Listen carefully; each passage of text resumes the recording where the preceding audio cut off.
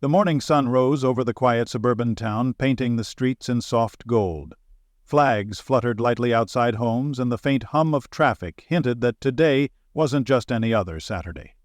In a modest house on the corner of Maple Street, a man stood before a mirror, his reflection catching the gleam of a Marine Corps pin neatly fastened to his jacket.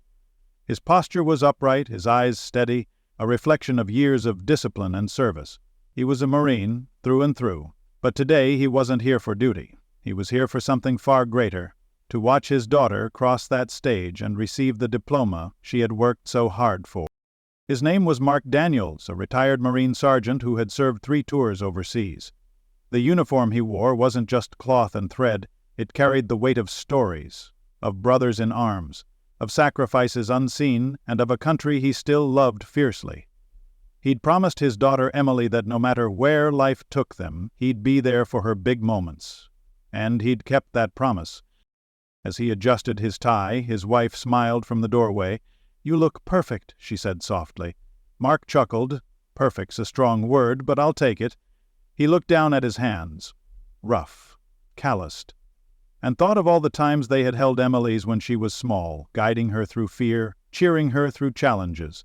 Today, those same hands would clap for her, proud, unwavering, and full of love. Outside, the streets buzzed with excitement. Families piled into cars, students in gowns posed for photos, and laughter echoed through the neighborhood. Mark stepped out into the crisp morning air, taking a deep breath. The scent of freshly cut grass mingled with the faint aroma of coffee from the concession stands near the high school. He slid on his sunglasses and headed toward the stadium, each step measured, his heart swelling with quiet pride. As he walked, a few neighbors called out, "Congratulations, Sergeant." Others simply nodded in respect. He greeted them all with a polite smile, his humility evident in every word. To him, the day wasn't about being a Marine, it was about being a father. But deep inside, he carried that sense of pride that never left a man who had worn the uniform. When he reached the campus gates, a rush of nostalgia hit him. The sound of the marching band rehearsing, the chatter of excited graduates, the banners that read Class of 2025, it was all so vibrant. He found his seat near the front where he could get the best view of the stage. The morning sun reflected off the medals on his lapel, drawing a few curious glances from those nearby. A little boy sitting a few seats over pointed at him and whispered to his mother, "Mom, is he a real soldier?" Mark smiled gently and gave the boy a small nod. He looked up at the stage and spotted Emily with her classmates. She waved, her face glowing with joy. In that moment, every hardship he'd endured, every lonely night on deployment, every missed birthday, seemed worth it. This was what it meant to come home. This was what it meant to serve and still have something beautiful waiting for you at the end of the road. The ceremony was about to begin, and the announcer's voice crackled over the speakers, welcoming parents and families. The crowd quieted. Hats came off, and hands found their way over hearts as the national anthem began to play. Mark stood tall, shoulders back, his voice steady as he mouthed the familiar words. Around him, people stood in reverence, but none stood prouder than the Marine who'd given his all for the country those words represented. Everything seemed perfect, until it wasn't. A moment meant for celebration turns confrontational. As the final notes of the anthem faded, the ceremony carried on. Names were called, cheers erupted, and the proud buzz of accomplishment filled the air. Mark's eyes never left the stage, his attention locked on his daughter's row. He wanted to capture every moment, every smile, every laugh, every small victory she had earned. But as he leaned forward for a better look, 2 uniformed security guards began walking down the aisle. At first he didn't pay them much mind. Stadiums had security everywhere, and they were just doing their jobs. But when they stopped directly beside him, the energy shifted. "Sir," one of them said in a firm tone, "we're going to have to ask you to step aside." Mark blinked, surprised. "Is there a problem?" he asked calmly. The guard, a tall man with a stern expression, crossed his arms. "You can't be here dressed like that. This is a school event, not a military function. We've had complaints about people in uniform drawing attention." A ripple of confusion spread among those nearby. A few parents exchanged glances, a couple of students turned to look. Mark straightened slightly, not in defiance, but in composure. "This jacket?" he asked, glancing down. "It's my formal attire. I'm not on duty. I'm just here to see my daughter graduate." The second guard, younger and visibly uncomfortable, shifted his weight. "Sir, we understand, but rules are rules. We need you to comply." Mark took a breath. Years of discipline kept his voice even. "I've served this country for 22 years. This jacket isn't about attention, it's about respect. For my daughter, for this flag, for the values this school teaches." But his words seemed to hit a wall. The older guard's tone hardened. "We can't make exceptions. Please step away from the seating area." The surrounding crowd began to murmur. Parents whispered, some shaking their heads. The tension grew, threading through the air like a wire pulled tight. Emily, from her seat on the stage, noticed the commotion. Her smile faltered as she squinted toward the audience. Then she saw him, her father, standing tall, his expression caught between confusion and restraint, two guards flanking him as if he were a trespasser. Her heart clenched. This was supposed to be her moment of pride, the moment she could finally look at him and say, "We did it, Dad." Instead, she saw the man she admired being questioned for the very thing that defined his integrity. The announcer paused mid-sentence, the microphone picking up the whispers rippling across the crowd. One by one, heads turned toward the scene unfolding near the front. A hush fell over the section as people realized what was happening. Mark didn't move. He didn't raise his voice or argue. Instead, he looked at the guards with steady eyes. "Son," he said quietly to the younger one, "there are times when following orders blindly can do more harm than good. This isn't one of those rules worth enforcing." The younger guard hesitated, but the senior one motioned for him to proceed. "Sir, last warning. Move, or we'll have to escort you out." The tension was now unmistakable. Emily stood from her chair, her classmates whispering around her. The pride and excitement that had filled the stadium moments ago were replaced with discomfort and disbelief. Somewhere in the back, someone muttered, "That's not right. He's a Marine." Another voice followed, "He's her dad. Let him stay." But the guards pressed on, unaware of how deeply their actions were cutting into something sacred. For Mark Daniels, this wasn't just about being told to move. It was about being stripped of the dignity he'd carried through war and hardship, right here, in front of the daughter he'd fought so hard to come home to. The air around them seemed to thicken. Even the band fell silent, instruments hanging in hesitation. Every eye was now on the Marine dad and the two guards who stood before him, turning what should have been a simple celebration into a moment that would echo far beyond the stadium walls. The silence that followed was deafening. Parents who moments ago were laughing, snapping photos, and waving to their children now sat frozen, uncertain of what they were witnessing. The two guards stood stiffly before Mark Daniels, their authority seeming to hang in the air like a fog. The older one's hand rested casually on his belt, not threatening but clearly sending a message. Mark, still composed, looked at them steadily, the faint reflection of the sun glinting off his Marine lapel pin. "I'm not sure I understand," he said evenly. His voice carried the calm authority of a man used to chaos, but underneath there was a flicker of disbelief. "You're saying my presence here is an issue?" The older guard didn't flinch. "Sir, we've received reports that your attire is making some people uncomfortable. We have to maintain neutrality during school events. No symbols, no uniforms, no distractions." A murmur rippled through the nearby crowd, the kind that signals collective unease.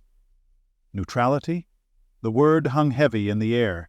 A few people frowned, turning to each other.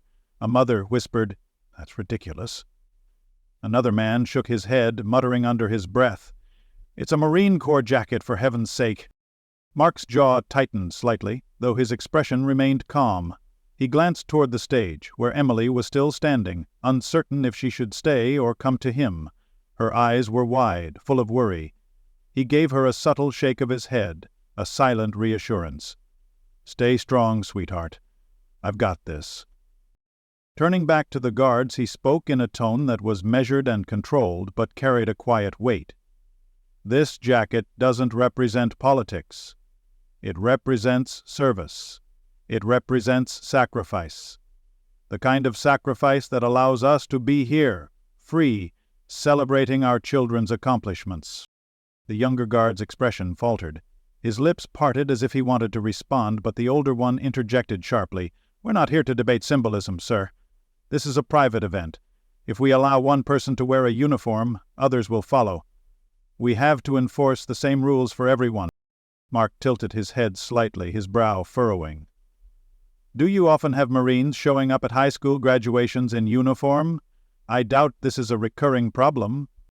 The older guard's composure wavered for just a second, a blink of uncertainty, but he quickly recovered.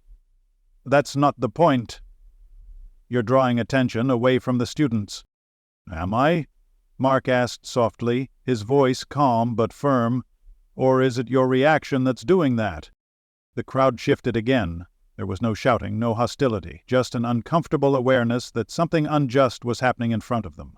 A few people began filming quietly on their phones, trying to capture what they knew was more than a misunderstanding. A father a few rows back called out, "Hey, he's just here for his kid, let him stay." The guards turned briefly, their authority cracking under the weight of the growing whispers. The younger one's hand twitched nervously by his side. Mark sighed, the kind of sigh that came from a man who'd seen far worse and learned to pick his battles. But this wasn't a battle he'd chosen. It was one thrust upon him. "I fought so that my daughter could stand up there today, proud and free," he said quietly, not to the guards this time, but to the world around him. "And now I'm being told that the very thing I fought for, the symbol of my service, isn't welcome in a school that teaches freedom and respect." There was a tremor in his words, not of anger but of heartbreak. His voice wasn't raised, yet every person within earshot felt its weight. Even the wind seemed to pause. The older guard straightened his shoulders as if trying to reaffirm his stance. "Sir, please step aside. Don't make this more difficult." Mark gave him a long, searching look, the kind that measured not the uniform but the man inside it. He could see that the guard wasn't being cruel out of malice. It was something else. A kind of blind adherence to a rule book that left no room for empathy. He'd seen it before, in soldiers fresh out of training who followed orders without questioning the heart behind them. He nodded once, slowly. "You're doing your job," he said softly. "I respect that. But sometimes doing your job means remembering what's right, not just what's written." That sentence hung in the air like a flag caught mid-wave. The younger guard looked away, his jaw tightening as he swallowed hard. The older one didn't respond. The tension thickened, pressing down on everyone in the first few rows. Somewhere behind them, a child began to cry. Not from fear, but from the confusion that children feel when they see adults acting in ways that don't make sense. And then, without warning, the murmurs started to build. People who had been silent now spoke up. "Let him stay," someone said clearly. Another voice followed, louder this time. "He's a Marine! He's earned his place!" The guards exchanged uneasy glances. Their stance, once confident and unyielding, began to waver beneath the weight of the crowd's growing disapproval. But before either could speak, the principal's voice crackled through the microphone from the stage, cutting through the noise. "Excuse me. What's happening down there?" Every head turned toward the front. Emily stood frozen beside the podium, her eyes locked on her father. The ceremony, the culmination of years of effort and dreams, now hung in suspension, balanced on the fragile edge of this confrontation. Crowd tension builds as voices rise. The principal's question seemed to ignite the air itself. Conversations erupted in every direction, parents leaning over rows to ask what was going on. Students craned their necks to see the commotion. A few of the faculty members near the stage stepped forward uncertainly, unsure whether to intervene or let security handle it. The older guard took a step closer to Mark, his voice lower now but still firm. "Sir, please, let's not turn this into a spectacle." Mark almost smiled at the irony. "That ship has already sailed," he said softly, glancing around. Every eye was on them now. The younger guard's voice trembled slightly as he said, "Please, sir, let's just move to the side and sort this out quietly." His tone wasn't authoritative anymore, it was almost pleading. Mark looked at him for a long moment, and something in the young man's face reminded him of the recruits he'd once trained. Eager, uncertain, following orders they didn't fully understand. He sighed again. "I'm not here to make trouble," he said. "But I won't be treated like one either." The crowd murmured in agreement. A woman in the back called out, "He's a veteran, show some respect." Another parent stood up, her phone still recording, and said, "My son's joining the military next year. You should be thanking that man, not harassing him." The guards shifted uncomfortably as the noise grew louder. The principal stepped off the stage, motioning to an assistant to pause the ceremony. Emily took a hesitant step forward, torn between pride and embarrassment. Her heart pounded so loudly she could barely hear anything else. A few students whispered her name. "Is that her dad? Yeah, he's a Marine or something." "That's messed up." Mark stood completely still. Every instinct in his body told him to stay calm, to remain the example of composure he had always tried to be for his daughter. His training echoed in his mind. Stay grounded, assess, respond, don't react. But deep down he felt something stir. That quiet ache of being misunderstood, the kind that every veteran knows too well. He wasn't looking for applause, wasn't trying to stand out. He just wanted to be a father in the crowd. Yet here he was, turned into a spectacle, his integrity questioned, because of the very uniform that once earned him salutes. The crowd's energy shifted from confusion to solidarity. Someone started clapping, a slow, steady rhythm that caught on like wildfire. Within seconds, half the crowd was clapping, cheering, standing in quiet defiance of what they were seeing. "Let him stay!" a man shouted again, louder this time, his voice echoing through the speakers. The younger guard froze, looking helplessly at his superior. The older man's jaw tightened, his authority slipping away as the realization dawned that they had lost control of the crowd. The principal approached cautiously, speaking quietly to them, gesturing toward Mark. The words weren't clear, but the tone was. Emily, still on the stage, felt tears sting her eyes. Not from shame, but from something deeper, more complex. She had always known her father was respected, but she had never seen his dignity tested like this. He stood there, surrounded by noise, yet radiating calm strength, the kind that didn't need to shout to be heard. The clapping continued, spreading through the stands until even the band members were tapping their instruments in rhythm. The tension had transformed from confrontation to collective support. The same crowd that had once watched in uneasy silence was now united in defense of a man who had done nothing more than show up with pride. And in that growing sea of applause, the guards hesitated, unsure whether to stand firm or step back, their authority crumbling beneath the weight of decency awakening all around them. Mark Daniel stood at the center of the storm, yet his presence remained remarkably composed. Years of military service had forged an unshakable discipline in him, the kind that no public embarrassment, no misjudged accusation could easily shatter. He had faced chaos on the battlefield, had known what it was like to lead men through danger with only composure and conviction holding them steady. Now, in a high school stadium filled with families and flashing cameras, he found himself facing a different kind of confrontation, one that struck not at his body, but at his dignity.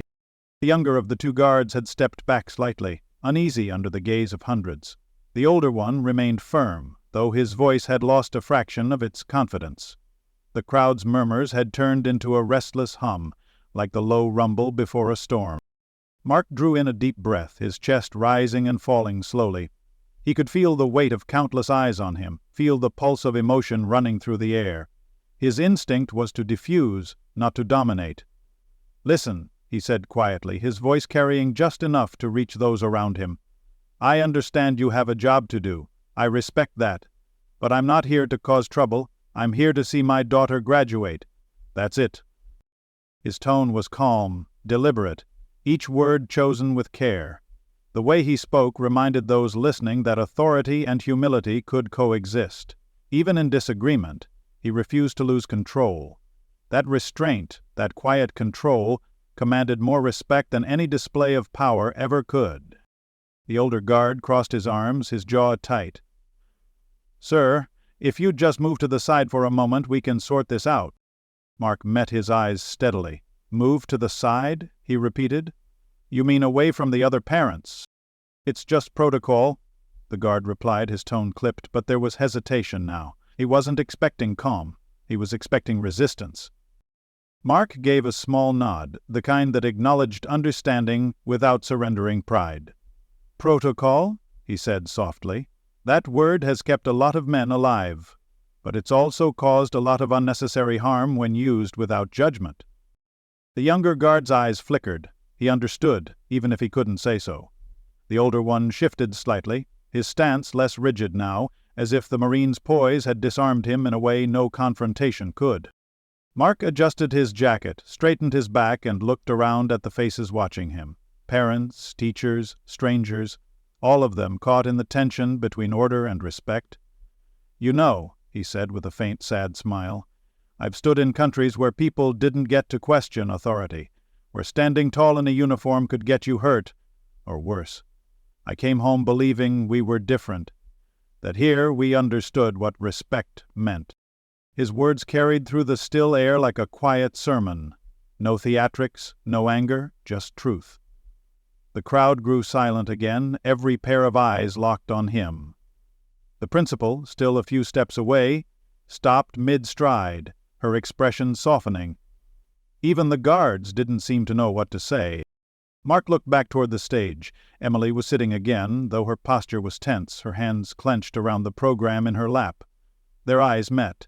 He gave her a small nod, a father's silent message. "I'm okay." She blinked hard, her lips pressing together in an effort to keep her emotions from spilling over. The stadium's speakers crackled softly, the microphone picking up the shifting of feet and the whisper of wind. But no one spoke. The air hung thick with the unspoken understanding that something much larger than a rule book was being tested. Mark finally exhaled, his patience anchored in years of training. He wasn't angry at the guards. Not really. He pitied the situation, the misunderstanding, the blindness of bureaucracy that could so easily overlook honor in favor of regulation. In the Marines, respect wasn't demanded, it was earned. And right now he was doing what he'd always done, earning it, quietly. The older guard seemed to sense it too. His voice softened slightly when he spoke again. "Sir, we didn't mean any disrespect. We just—" Mark held up a hand gently. "I know, you're doing your job." He offered a small, tired smile. "I've said those same words more times than I can count." There was something disarming about the way he spoke. The crowd leaned in, drawn not by volume but by sincerity. He was the picture of self-control, a man unwilling to let frustration rewrite his character. And yet, under that calm surface something deeper stirred.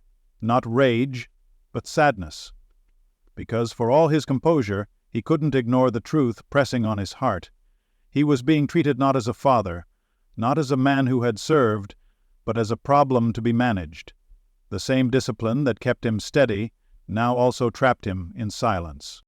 Still he stood tall, hands clasped in front of him, chin high, the very image of what it meant to serve with dignity. The crowd could feel it. The tension was no longer between a man and two guards. It had become a silent battle between respect and authority, empathy and regulation, the human heart and the rigid rule. He didn't need to win the argument. He just needed to remain himself. But the guards keep pushing the line. The uneasy peace that had settled between them began to fracture again. Perhaps it was pressure, perhaps pride, but the older guard, unwilling to be swayed by public sympathy, straightened his stance once more. "Sir, I'm going to have to insist," he said, louder this time, as if to remind himself that he was still in charge. "You're creating a disruption. We need you to come with us." That phrase, "come with us," sliced through the air like a blade. The crowd reacted instantly, the whispers turning into audible protests.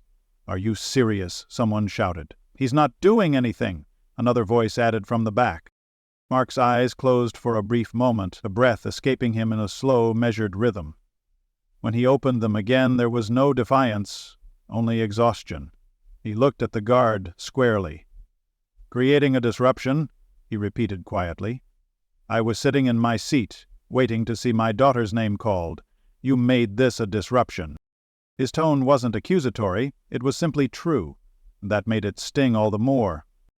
The younger guard's shoulders slumped slightly, but his superior pressed forward, driven more by procedure than reason. "Sir, if you refuse to cooperate, We'll have to escort you off the premises." The words landed like a thunderclap. The murmuring stopped. Emily stood up again, this time unable to hold back. "No!" she shouted from the stage, her voice breaking through the silence. Every head turned toward her. Her face was pale, her hands trembling as she pointed toward her father. "That's my dad. He's a Marine. He's not doing anything wrong." The emotion in her voice was raw, trembling with the power only a daughter's love could summon. Mark turned slightly, his eyes finding hers again. There was pain there, not for himself, but for her. He had spent his life protecting her from conflict, from the ugliness of misunderstanding. Now she was watching him live it. The principal moved toward the microphone, her voice uncertain. "Let's please stay calm," she urged, but calm had already evaporated. The audience began to speak over her, their frustration spilling over. "Let him stay. This is insane. Show some respect." The guards hesitated. They weren't trained for this kind of backlash. Not from civilians, not from parents and teachers united in indignation. The older one's face reddened. The younger one looked on the verge of stepping back entirely. Mark, still calm but firm, said quietly, "You don't want to do this. Not here. Not today." His voice wasn't a threat. It was a plea for reason. But to the older guard, it sounded like a challenge. "Sir, enough," the guard said sharply. "We're asking for your cooperation." "And I've been giving it," Mark replied, his patience thinning but still intact. "Standing here, speaking respectfully, not raising my voice. That's cooperation. What you're asking for now isn't cooperation, it's submission." The crowd gasped softly. The honesty of the word hung heavy between them. Submission. It carried an echo of everything Mark had fought against, everything he had sworn to resist. The younger guard finally spoke up, his voice quiet but firm. "Maybe we should wait, sir," he said to his superior. "This isn't helping." But the older one was too far gone in pride to step back. "We have orders to maintain control," he snapped. Control. That word again. Another sharp edge of authority without compassion. The crowd stirred, murmuring louder. Parents were recording, muttering about posting it online. The principal's voice came again over the microphone, trying to restore order, but even she could feel the crowd's shifting tide. Mark's calm began to take on a different quality, not resignation, but quiet resistance. He no longer looked at the guards with patience. He looked at them with a kind of weary clarity. He had seen this before, men confusing authority with righteousness, order with justice. He adjusted his jacket once more, his movements deliberate, controlled. "Son," he said softly to the younger guard, "you'll learn something one day. The hardest battles are the ones you fight with silence." The younger man swallowed hard, his eyes lowering. The older guard opened his mouth to respond, but before he could speak, a voice cut through the crowd. Strong, steady, and unmistakably authoritative. It wasn't Mark.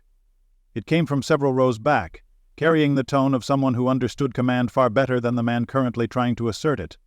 The crowd turned as one toward the source of that voice. The air suddenly electric, the tide of the moment about to turn completely. From the stage, Emily felt her heart pound against her ribs as the scene unfolded below. The bright sunlight, the sound of the crowd, the ceremony she'd dreamed of for years, it all blurred into a haze of disbelief and pain. Her father, the man who had always seemed larger than life, the man who had faced war with courage and protected her from every storm, now stood surrounded by guards, as if he were a threat. She wanted to scream, to rush down the stairs, to tell them who he was and what he'd done for this country, but her voice caught in her throat. Around her, other students whispered, their eyes darting between the stage and the commotion near the front rows. Emily could feel their confusion, their pity, and that hurt most of all.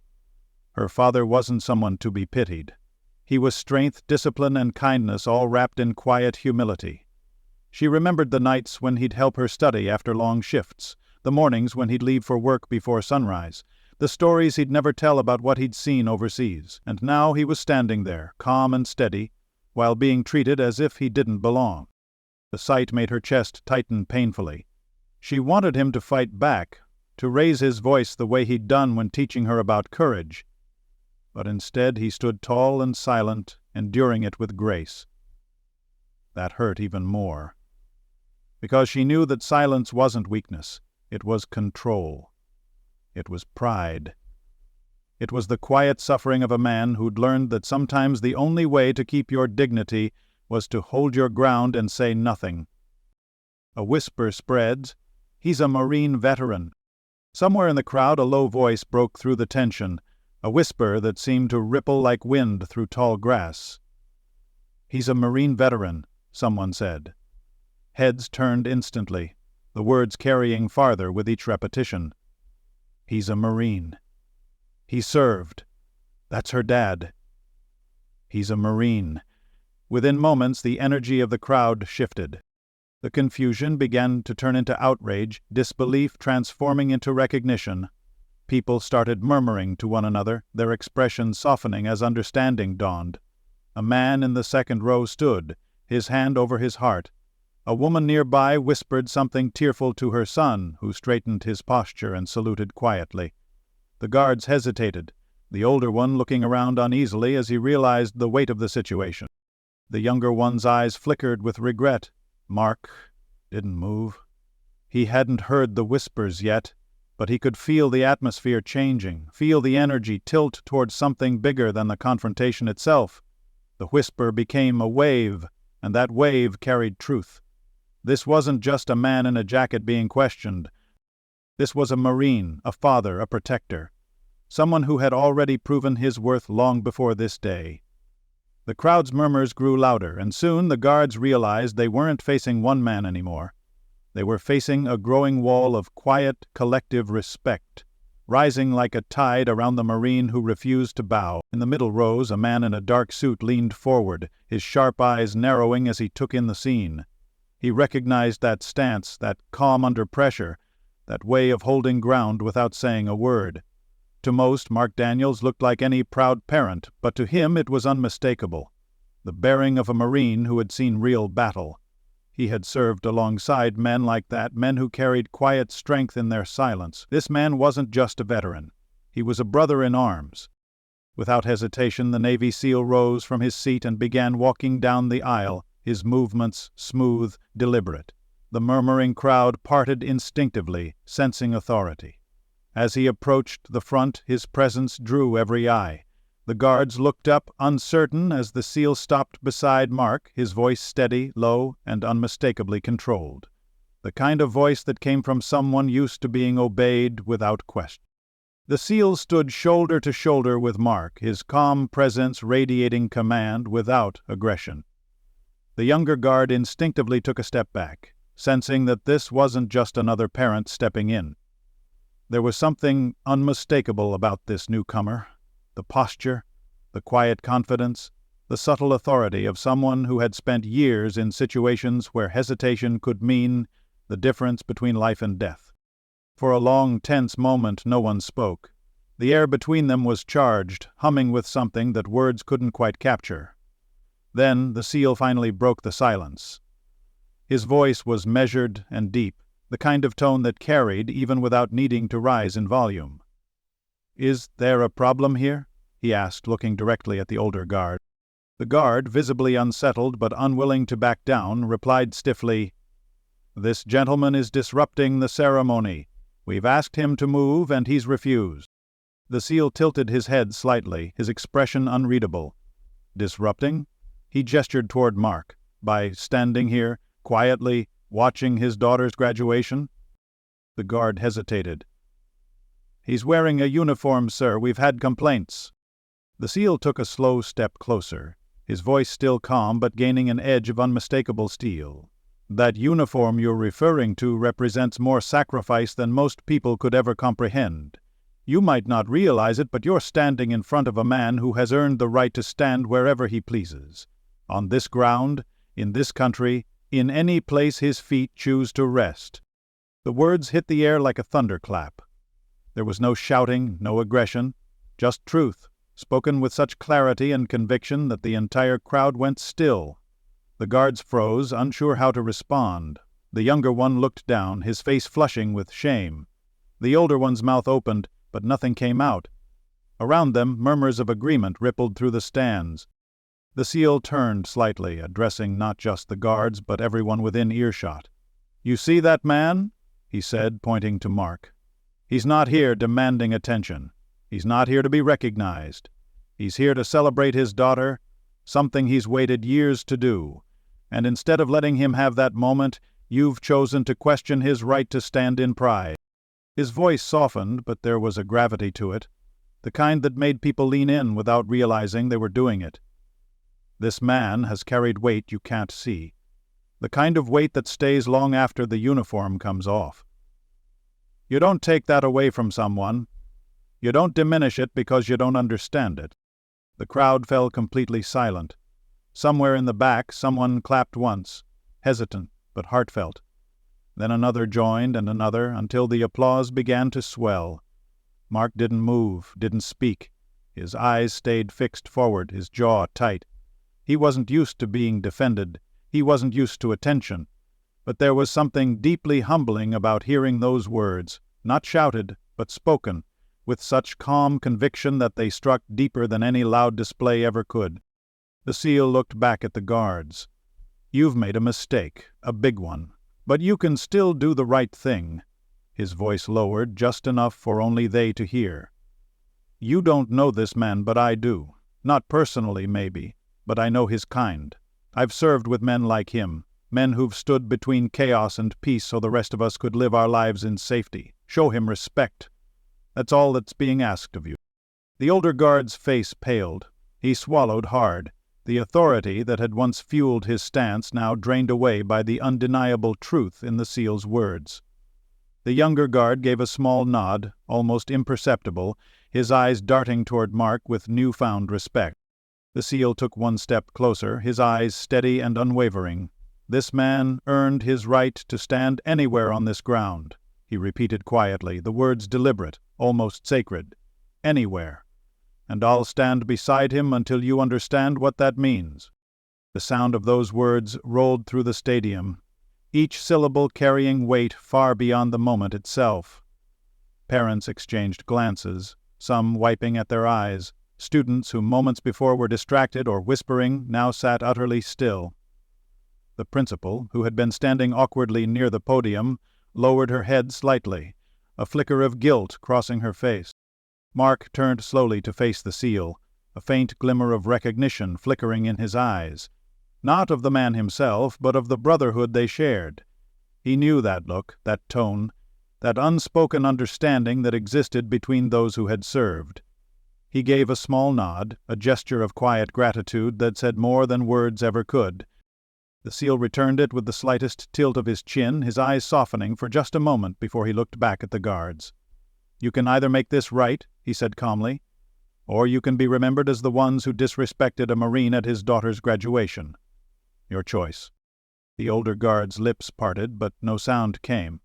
The younger one, finally breaking the silence, muttered, "We didn't know." The SEAL didn't let him off the hook. "You didn't ask," he said simply. "And that's the problem. Too many people forget to ask before they judge."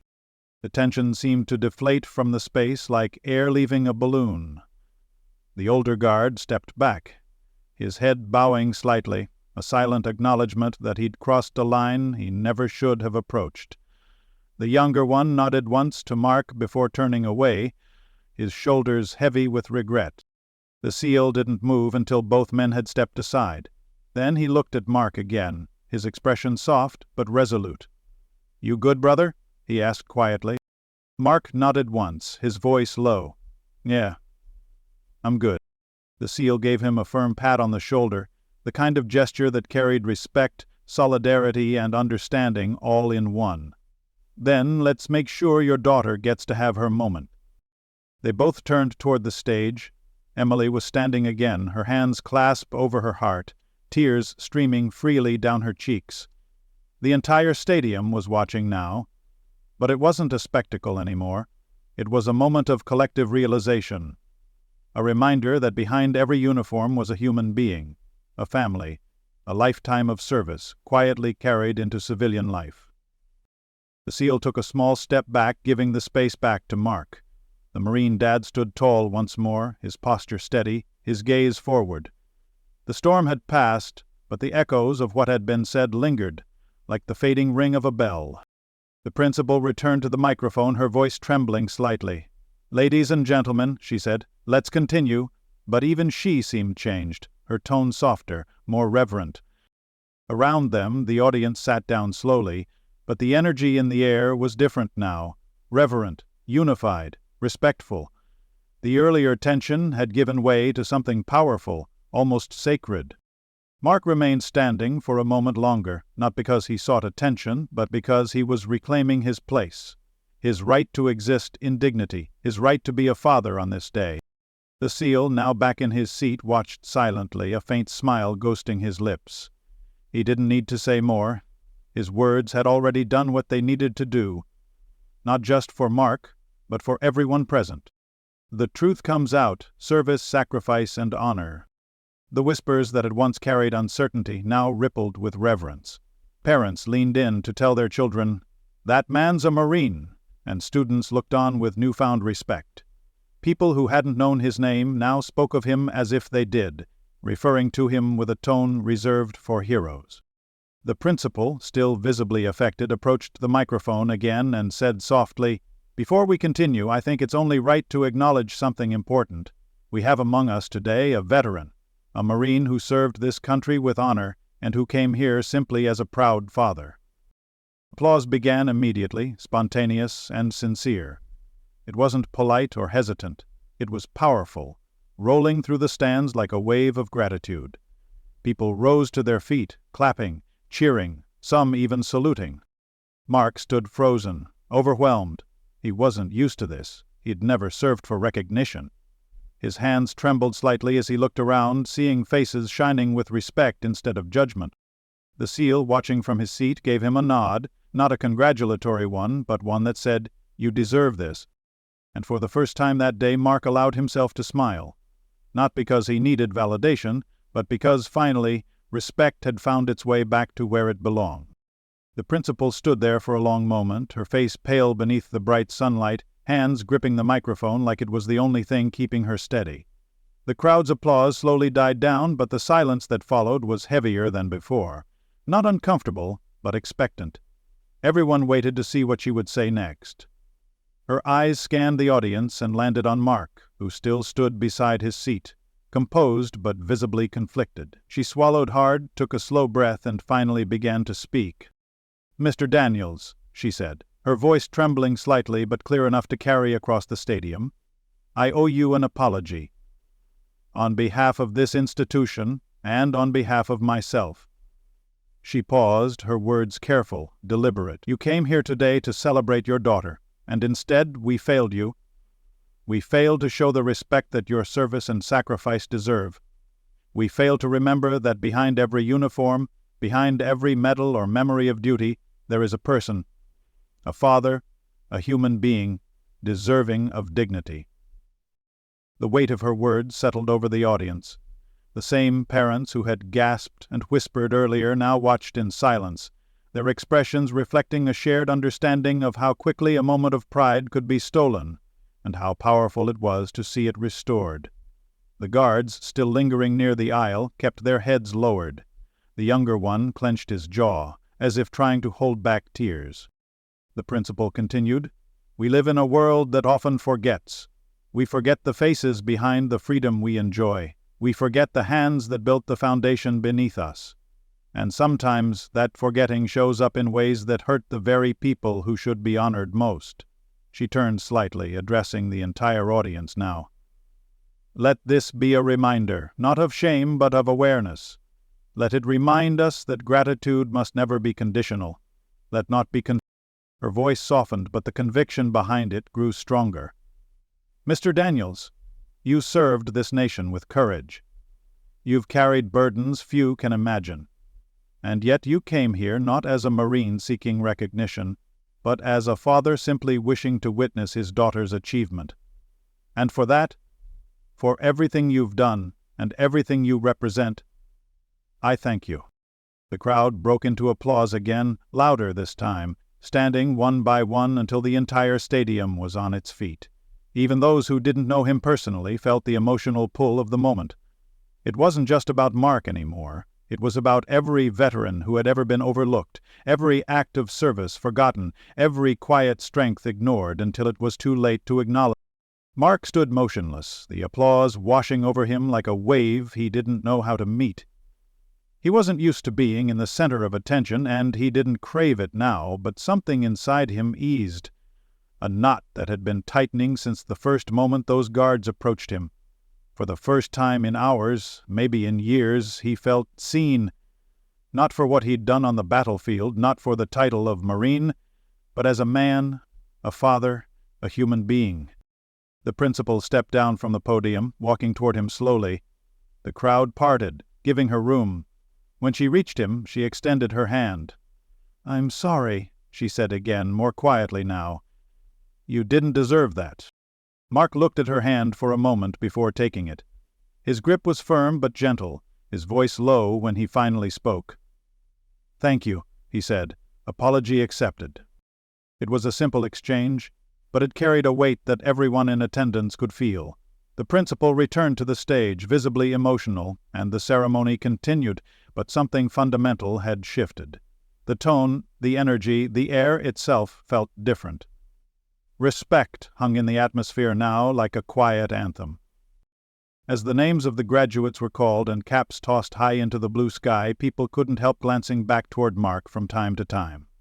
He stood quietly, clapping for each name, a subtle smile tugging at the corner of his mouth whenever his daughter looked his way. There was pride in his eyes, but there was also relief. Relief that what had begun as humiliation had turned into redemption.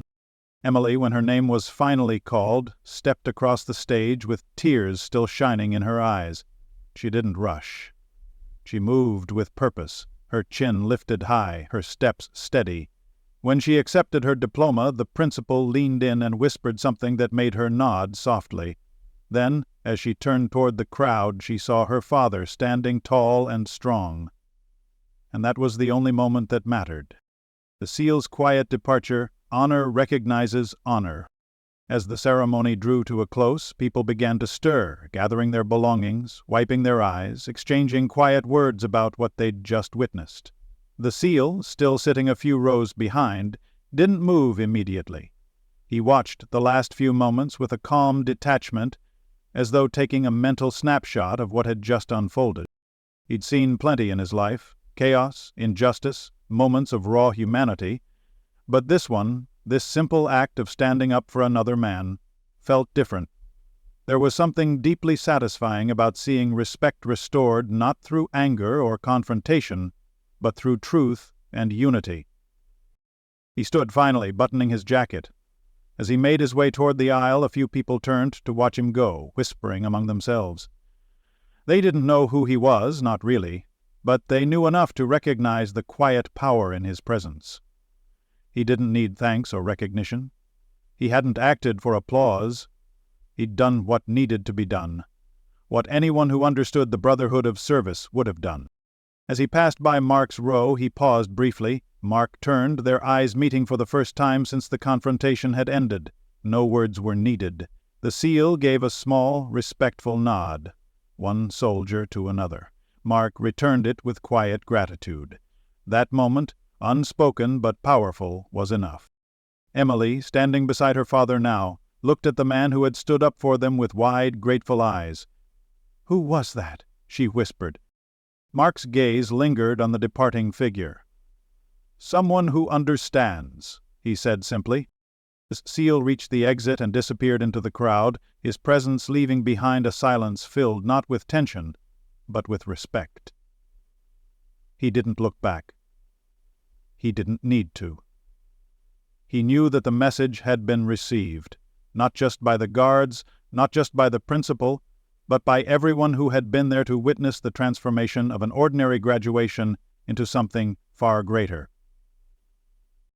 And as the sun dipped lower, casting long shadows across the field, that message lingered in every heart present, that honor, once forgotten, can always be restored, and that, sometimes, all it takes is one person, willing to stand up and speak the truth. As the screen fades from the final moment of redemption, the Marine dad standing tall, the crowd applauding and the SEAL walking into the light, the music swells, deep and cinematic, echoing with quiet pride and emotional resonance. The camera slowly pans across the faces in the audience. Tears, smiles, awe. Before the A1Storyteller emblem emerges in bold, glowing letters, then the narrator's voice returns, steady, warm, and full of conviction. At A1Storyteller, we bring you real stories that remind us what courage, compassion, and respect truly look like. Stories that hit the heart, stories that make you feel. The background shifts to a montage of past powerful moments, reunions, acts of valor, moments of unexpected humanity, all threaded with the same emotional gravity that defines the channel's tone. If this story moved you, if it reminded you that strength comes in many forms and that honor never fades, then join us. Subscribe right now to A1Storyteller, where every week we uncover tales that celebrate integrity, resilience, and the spirit that unites us all. A quick transition, slow magnetic clips of saluting hands, waving flags, and families embracing, paired with gentle cinematic percussion that builds energy. Hit that subscribe button, turn on the notification bell, and be part of our growing community, where stories don't just entertain, they inspire. The tone softens for the final beat, a brief pause before the last line, the kind that leaves the listener with goosebumps. Because here at A1Storytellers, every story has a heartbeat, and every heartbeat tells a story worth remembering. The outro ends with a signature visual, the channel logo slowly fading in over a background of glowing embers or rippling light, followed by text prompts. Subscribe, like, share, comment your thoughts below. Then a lingering fade-out accompanied by the subtle echo of a single heartbeat, strong, steady, and resolute.